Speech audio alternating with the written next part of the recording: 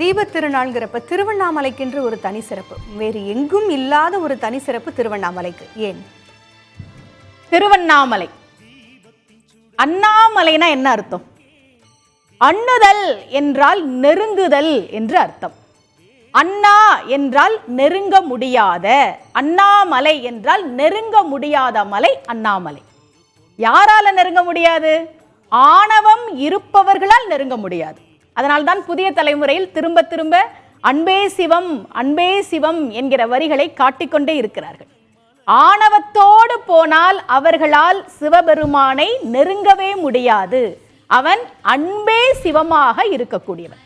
திருவண்ணாமலைக்கு மட்டும் கார்த்திகை தீபத் திருநாளில் ஏன் இத்தனை சிறப்பு? அதற்கு 3 புராண கதைகள் உண்டு. ஒன்று நம்ம எல்லோருக்கும் தெரிஞ்சது, சிவபெருமானுடைய அடியையும் முடியையும் தேடி திருமாலும் பிரம்மனும் சென்றார்கள். இதை நம்முடைய சிற்றறிவுக்கு ஏற்ற மாதிரி, அப்ப இவர்தான் பெரிய கடவுள் அவங்களாம் பெரிய கடவுள் இல்லைன்னு நம்ம புரிஞ்சுக்க கூடாது. ஆணவம் இருக்கக்கூடாது என்பதை இந்த உலகிற்கு உணர்த்துவதற்காக தெய்வங்கள் ஒன்று கூடி நடத்திய திருவிளையாடல். அப்படிதான் நாம் அதை புரிஞ்சுக்கணும். சிவபெருமானுடைய அடியையும் முடியையும் அவர்கள் காண முடியாமல் திகைத்த போது சிவபெருமான் ஜோதி பிழம்பாக நின்ற நாள் கார்த்திகை மாதம், கார்த்திகை நட்சத்திரம், கூடவே அன்றைக்கு பௌர்ணமி இருந்ததாக கணக்கு. அதே போல அம்பிகை சிவபெருமானிடம் இடபாகத்தை வாங்கினாள் இல்லையா, அது இந்த நாளில்தான். புரட்டாசி மாதம் தசமி திதி அன்றைக்கு விரதத்தை அம்பாள் தொடங்குகிறாள்.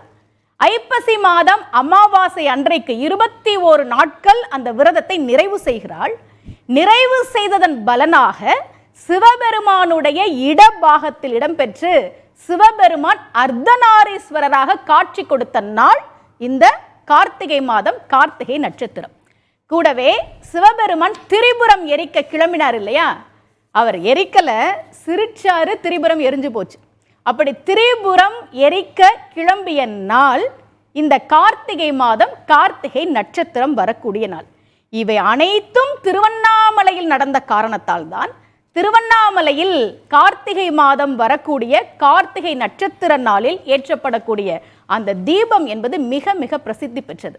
புதிய தலைமுறை வாயிலாக நாம் பார்த்து கொண்டிருக்கிறோம். லட்சக்கணக்கான மக்கள் அங்கு கூடியிருக்கிறாங்க. எப்பேற்பட்ட மலை அது! ஆதி நடம் ஆடும் மலை, அன்று இருவர் தேடும் மலை, சோதி மதி ஆடு அரவம் சூடும் மலை, நீதி தழைக்கும் மலை, ஞான தபோதனரை வா என்று அழைக்கும் மலை அண்ணாமலை. ஞானத்தோடு இருந்தால், அன்போடு இருந்தால் அவர்களை திருவண்ணாமலையே வா என்று அழைக்குமாம்.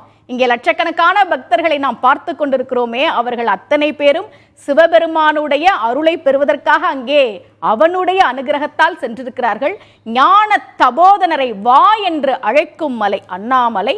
அந்த திருவண்ணாமலை கார்த்திகை மாதம், கார்த்திகை நட்சத்திரம் அன்று இத்தனை புராண கதைகளோடு தொடர்புடைய காரணத்தால் தான் அது மிகுந்த சிறப்புக்குரியதாக இருக்கிறது.